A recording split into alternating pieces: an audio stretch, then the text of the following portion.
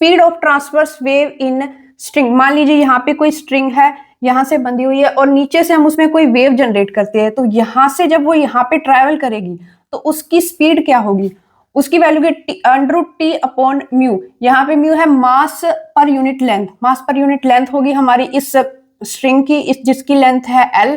और यहाँ पे टेंशन है T, tension in the string, और टाइम कितना लगेगा वेव को यहाँ से यहाँ ट्रेवल करने में या फिर यहाँ से यहाँ पर ट्रेवल करने के लिए सेम टाइम लगेगा, A टू O और O टू A दोनों सेम लगेंगे, उसकी वैल्यू क्या होगी L अपॉन V,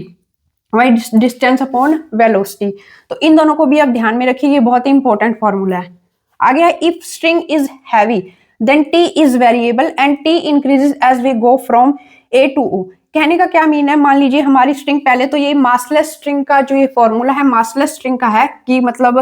मास पर यूनिट लेंथ बिल्कुल कम है, लेकिन मान लीजिए यहाँ पे स्ट्रिंग बहुत ही अगर हैवी है, अगर हैवी हुई, मान लीजिए ये पॉइंट है, यहाँ पे तो टेंशन T है, लेकिन अगर हम यहाँ पे मान लीजिए पहुंच गए तो ये वाला मास भी काउंट हो रहा है उसके अंदर, इसकी वजह से और टेंशन क्रिएट होगी, यहाँ पे टेंशन बढ़ जाएगी,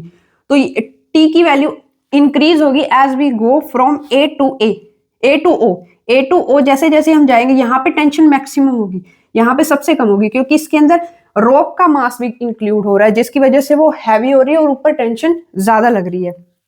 तो फिर वेलोसिटी भी का फॉर्मूला भी चेंज होएगा, यहाँ पे वेलोसिटी का फॉर्मूला ये नहीं लगेगा, ये लगेगा √x अपॉन जी। x वो पॉइंट होगा जहां पर हम वेलोसिटी को फाइंड आउट करना चाहते हैं कि वेव की वेलोसिटी वहां पे कितनी है। फिर टाइम का फॉर्मूला यहाँ पे होगा 2 √L अपॉन जी, L उसकी लेंथ